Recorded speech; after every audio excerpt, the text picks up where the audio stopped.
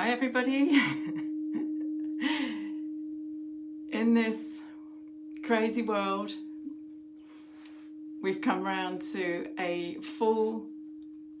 new supermoon this evening in the UK at 8:30, and it's a new supermoon in Libra. Probably unlike, hi Katie, hi, probably unlike any other new supermoon that we might have in Libra, which we would expect to bring us some degree of balance and ease in our process. This one has its own complications. Hi Hella, hi Jilly, hi Maureen. Hi Jackie, we are once again entering into unknown territory, both on this side of the pond and on the other side of the pond. The intensity is building, the flame under the cooking pot is building. Hi Therese, and these really are the most extraordinary times to to navigate through. I think most of us are finding that we're needing to use all of our energy tools to stay in centre, to stay hi Kasha, to stay in some kind of balanced zone. And as I say, this new supermoon is in Libra, and actually, normally Libra is, very much about, finding this balance, finding this place of balance, and of course everything that we're experiencing external to ourselves at the moment has such a polarity to it, such an extreme. Whichever way you turn, there are extreme responses or reactions to what's currently at play. And the path of the light carrier, the light bearer, the one who walks with sacred medicine, in whatever form that is, whether it's rosy medicine, it's the same thing as any other tools that we might have at our disposal that bring us back into centre, remind us of our breath, remind us of the fact that we contracted to come at this time. I'm sure I didn't read the small print in the contract, along with many others. I've gone, what the heck? How did I end up in, here at this point?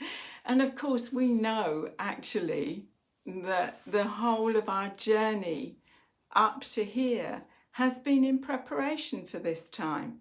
Whether we've been mastering skills, whether we've been taking on,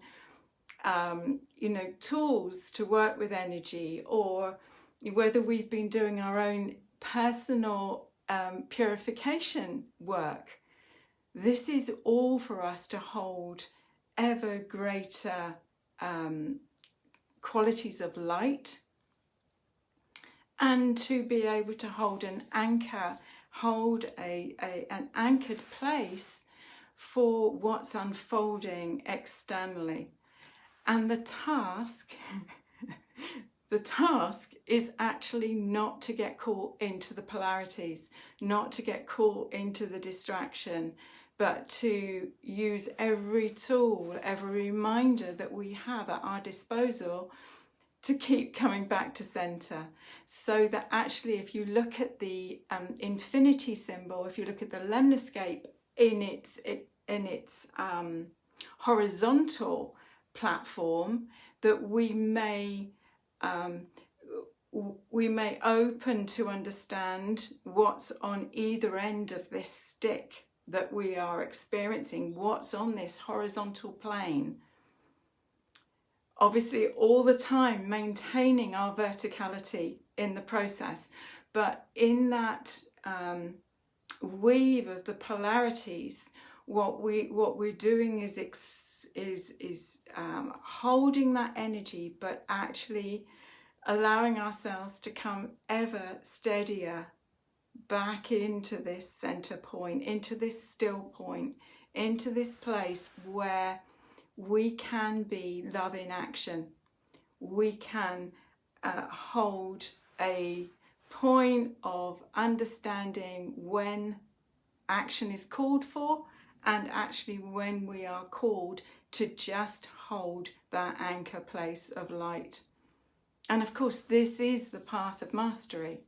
You know, this is the path of inner alignment that allows us not to get flipped out by what governments are doing or what it's like in our external landscape.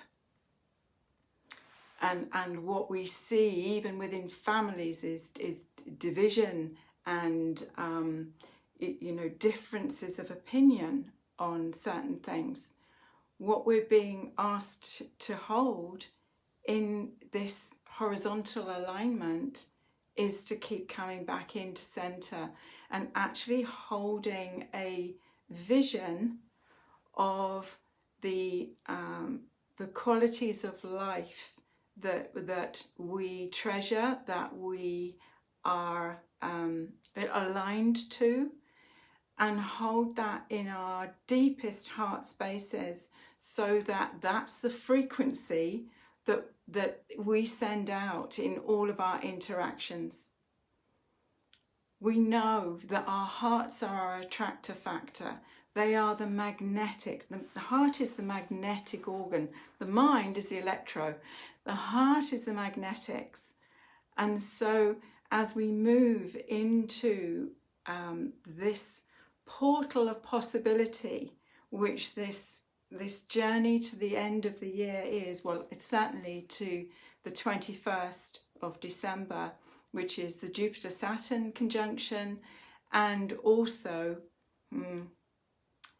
those that work within astrology that are able to see through that portal, see something else behind that, which is extremely encouraging. It's beyond the normality of mainstream astrology, but visionary astrologers are seeing something different in the heavens. And that is encouraging for all of us, that actually this year was always going to be a year of alchemy. It was going to be a year of initiation, and it was this place where the awakening of this is where the portal of potential really sits for us, in getting super clear about what it is that is a non-negotiable for us, and what it is that we've absolutely come to hold as a unique piece to the diamond. Each one of us holds a facet of the diamond. Each one of us is a unique rose in the bouquet. So a rose doesn't want to be a daffodil or a tulip. She wants to be the very best rose that she can be. So absolutely, this place of know thyself and to thine own self be true. This is absolutely what this year has been about for us at a deeper level. And we are moving into that final piece, that the Saturn-Pluto conjunction in so I'm sorry, somebody is just trying to ring me and they've just left a message, so it's like anyway, we're moving into the intensity of this portal of potentiality, and there feels to me to be a very tight window now of us really polishing the diamond, polishing anything else that's coming up for us. And I think this new moon has been a real doozy. The gathering of the energies in this last 7 to 10 days, for many of us, myself included, have brought residual health issues back up, noisy to be dealt with, perhaps unresolved pieces from past relationships, unresolved pieces from any clearing that you've been doing on your ancestral line. This is the tight window where really we have a closing portal of the optimizing of our energy fields to go into 2021. Which, you know, we're not out of the woods in 2021. It's still going to be very complex energies, but there will be a sense that we have moved through something that is really quite momentous. This, as I say, is the year above all other years that being here in body, we signed up for. We signed up to be part of this struggle, if you like, of humanity to rebirth itself into these higher keys and codes of light, into this transition between this third dimensional reality and the fifth dimensional reality, this heart presence that is actually what is calling now to be our keynote going forward. And the issues, the dramas and the ridiculous aspects of science that have come up for seeing have been really quite purposeful in people really waking up. And you know, what else was going to wake a global, else was going to create a global awakening? And we have to hold to the fact that there is purpose in the chaos of what we're working our way through. And the only way that we can do that is to hold center, to hold this verticality in our own fields, to be way showers and anchor points for others who will be doing a rapid awakening and will be seeking for that place of stability on their journey. So hi Julia, hi Dina, hi Ashley. Yes. So the other piece that I wanted to also bring in was the fact that I think that certainly for me there's been issues around the throat that have come up in this last 2-3 weeks, very noisy. Issues around the heart, a further clearing, a further awakening and activation of the heart, and also issues around the solar plexus. And if we look at these, you know, the throat is that power of the voice. So we've got some interesting connections back into the Atlantean story. And so many of us know that we have got a back catalogue that goes back into, there is a resonance with what occurred in Atlantis and what's unfolding at this point. And a lot of the key players are back in situ again, playing out part of this drama. So, you know, in the past, there have been places at the end of Atlantis where the priests and priestesses stood forward and spoke of what was occurring and what was breaking down and what was going to happen. And a large mass of the population did not listen. So we've got this occurring again, this division energy that's occurring again. And as I say, some of the key players are the same. So those of us that have got memory of that, and certainly for me, that is a truth. I have a memory of being in a certain position in Atlantis and things happening around what had been shared. And this has played out many times. There are many of us that remember lifetimes witches, as wise women, as you know, those that carried the wisdom codes in whatever form, and putting your head above the parapet didn't end too well. So many of us that have come in this lifetime to really hold an anchor point of light, not necessarily to be on the front line of what is being needed to counter what some of the civil liberties that are being eroded before our very eyes. So if you look at this throat piece, this is about the power of the voice. If you're looking at the heart piece, here is the power of love. If you're looking at the solar plexus, the other aspect, which again, many light workers, light bringers, those that are way showers and guides have been having struggles with solar plexus, digestive issues. So this is about the power of the will.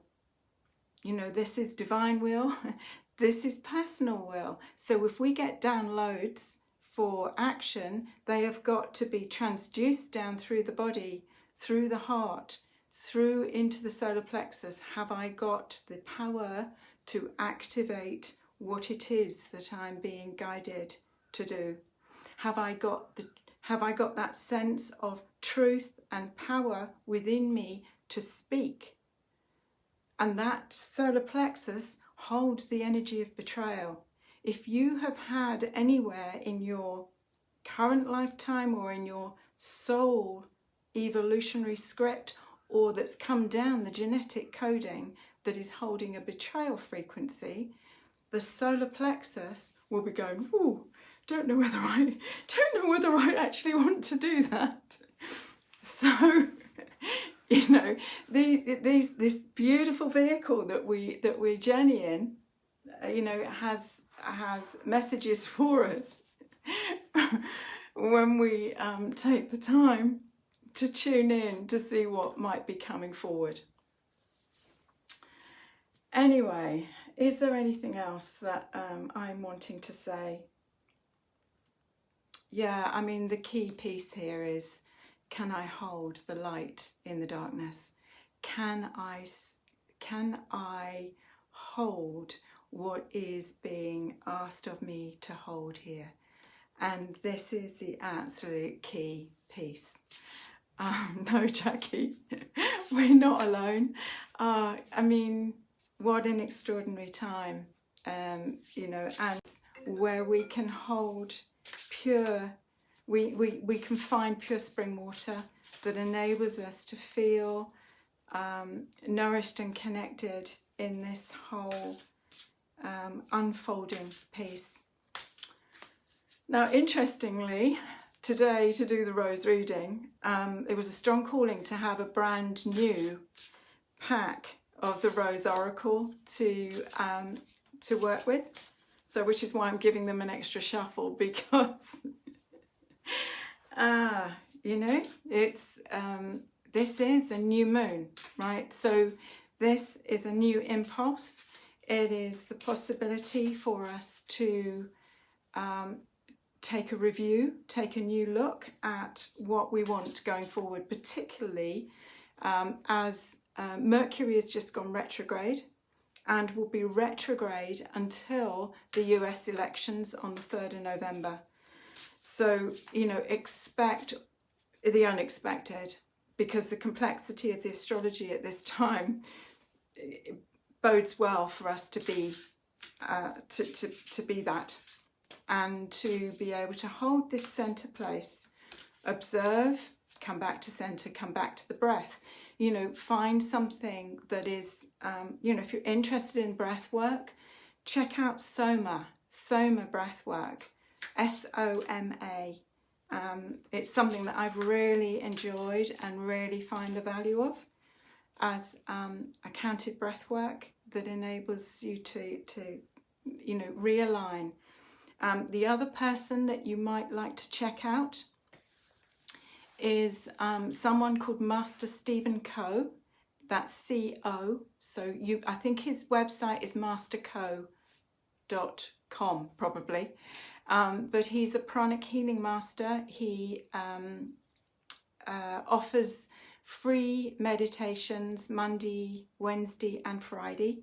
And the last, on the Friday, it's about emotional clearing. I'm having a bit of a day because actually my phone is saying to me that we're on low battery. I'm going to do this reading quick, okay? So let's see what the roses have got to offer us this time. Interestingly, Rose Angel 5 is the first rose that's come forward. She's the rose angel that sits on the throat. She is a real way shower in our choice of speaking. And I mean, the master knows when to speak and when not to speak.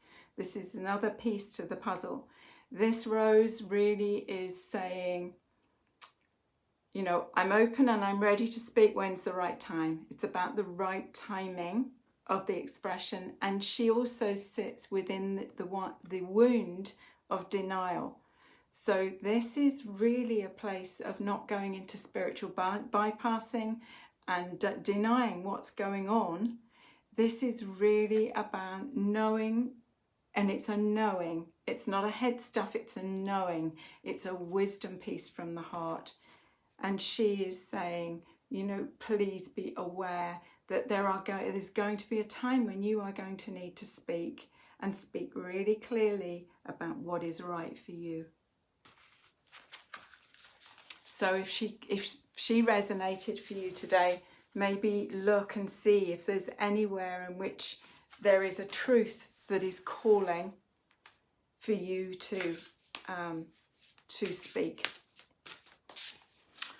I don't know whether to go and get the plug-in cable or whether I'm going to get it to the end. We'll see where we go.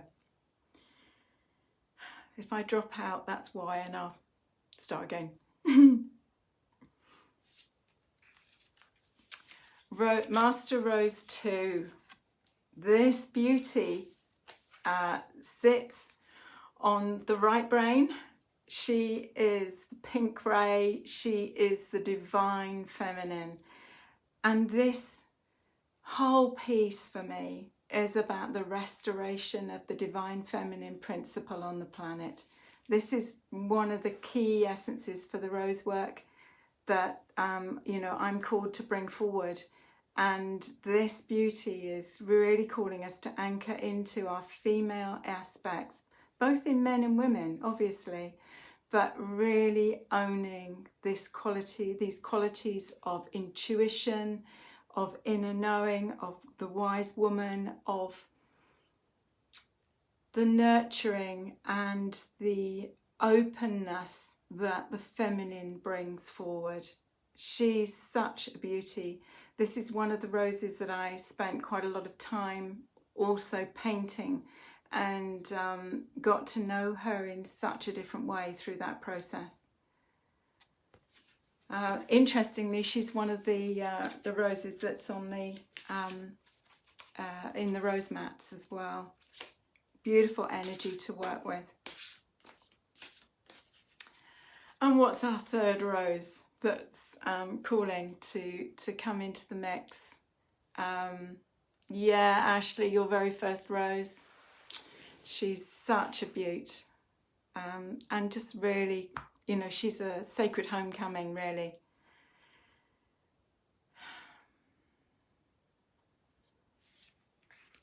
And the last one is Rosemar 8. And she is calling us to creativity. She's calling us to creative solutions. She is calling us to really look at what it is that we are now called to express from our very essence. What is the key, the core piece that you have come to bring? You know, this journey of polishing the diamond, this journey of refining and aligning to the truth of who we are and what it is, the gift that we've brought. We've come in with the complexity of our soul code. We've come in and embedded into the genetic coding of our lineage. And we're like an alchemical pot. and we've spent time purifying and healing our stories, healing our soul script, this is this place of what is my heartfelt expression in the world now? What is it that's calling? Oh, hi, Susanna. Thank you. With blessings from Slovenia, you know, blessings back. And Jess, hi. Hi. Oh, Jess, I'll read that a bit later. This is so beautiful, really beautiful. I feel very blessed. So yeah, you know, what is it now that's your heartfelt expression? What is it that, having cleared all of these stories, what's your gold? What is the gold that you've come here to share? Look at her right into the center. And actually, all three of these roses hold this inner gold. Look right down in the back of here. There is the gold that is at the essence of the divine feminine. There is the gold that is here in the speaking of truth. When we speak from the heart, it's received by the heart. And here we've got the gold. And again, the gold. This rose is a rose called the Lark Ascending. She's a David Austin rose, actually. Incredibly scented, but it's got beautiful sort of curls of petals within her that is really stunning. So, these are our three roses, and I'm still live, even though I've obviously got next to no battery. These are our three energies. Speaking, knowing when to speak. This is your mastery. Knowing when to speak, and you know, being in the right place at the right time, speaking to the right person. This requires alignment, an inner knowing of what is right timing. The divine feminine, absolutely connecting in with the truth of the Divine Mother and the honouring of Mother Earth. And here is, you know, this essence of creativity. This is what we're being called to going forward, how we share our essence with others. So I'll post a picture of the three roses on the Rose Alchemy page 2. And interesting, of course, we've got the gold bowl today as well. So what else have I got to tell you? There's a new Rose 7 class, an online, new Rose 7 online class starting on Tuesday, which deals with the three heart star, the three higher heart roses, the threefold flame of love, wisdom and power. It's a 4-week class, so are the process of the three roses, and the 4th week is an integration of the whole of the 9-week. The 7-part journey of the rose classes. I've got some amazing new rose mats, silk rose mats, arriving at the beginning of next week. There's a new rose essence that's being made this evening on this new moon, and I've got a space alchemy class online on the 25th, I think it is. It's a Sunday anyway. It's a Sunday. It's on the website. So if you just would like to bring to mind whichever of those roses, or maybe it was all three of them that resonated for you, and just hold them against your higher heart, or the one that resonated, just hold it in your mind if you don't have the oracle deck, and just listen to this apophyllite and grandmother alchemy bowl, she who holds sacred wisdom, and allow the energies of the sound to allow the rose codes to go in at a cellular level for you.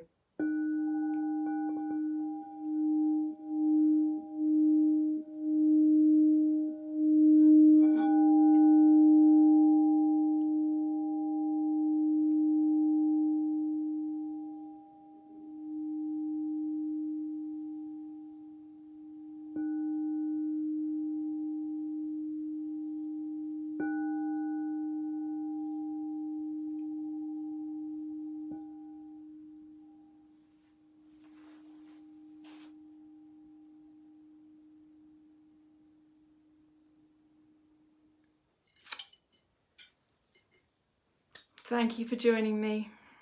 And you know, your connection to the sacred rose, this sacred rose heart, this is the place of our pathway forward, always in beauty, truth and love. May you be graced by the new moon. Love and rosy blessings. Bye-bye.